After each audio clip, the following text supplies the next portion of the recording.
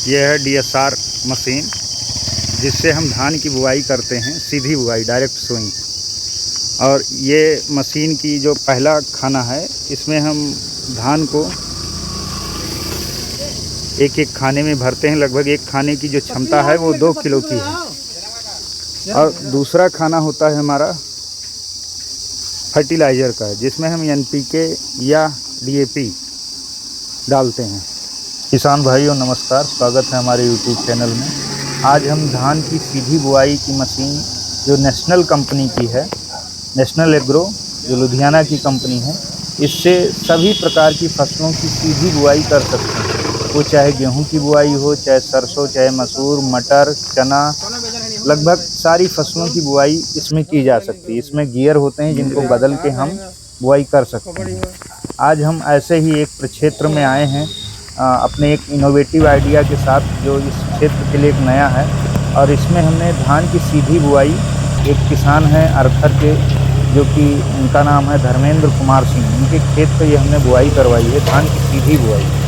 इसकी सबसे बड़ी खासियत ये है कि इसकी जलमांग जो है बहुत कम होती है। अगर इस तरीके से हम बुआई करवाते हैं तो इसमें जलमांग कम होती है और बिना नर्सरी के इसकी बुआई हो सकती है। सीधी बुआई हम करते हैं जो ड्रम सीडर से भी कर सकते हैं और DSR से कर सकते हैं। पानी की बचत लगभग 30 से 35% होती है। लागत में कमी आती है, लगभग 20% की कमी आती है। ईंधन की बचत होती है, 15,000 रुपये प्रति एकड़ अमाउंट की बचत होती है। समय की बचत होती है, 15 दिन पहले ये फसल तैयार हो जाती है। श्रम में लगभग 30% की कमी आती है। नर्सरी में लगा समय और पैसा बचता है। मिट्टी के स्वास्थ्य में सुधार होता है। खरपतवार नियंत्रण, गैस उत्सर्जन में कमी आती है, जो जलवायु परिवर्तन को रोकती है। उत्पादन 8 से 10% अधिक होता है।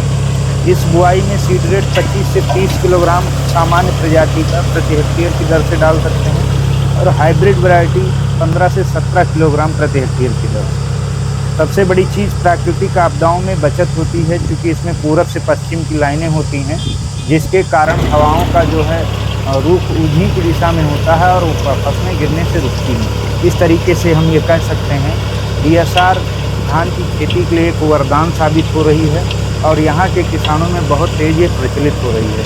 विकासखंड सोहावल की बात करें तो विकासखंड सोहावल में इस साल लगभग 80 हेक्टेयर की बुआई DSR विधि से की गई है।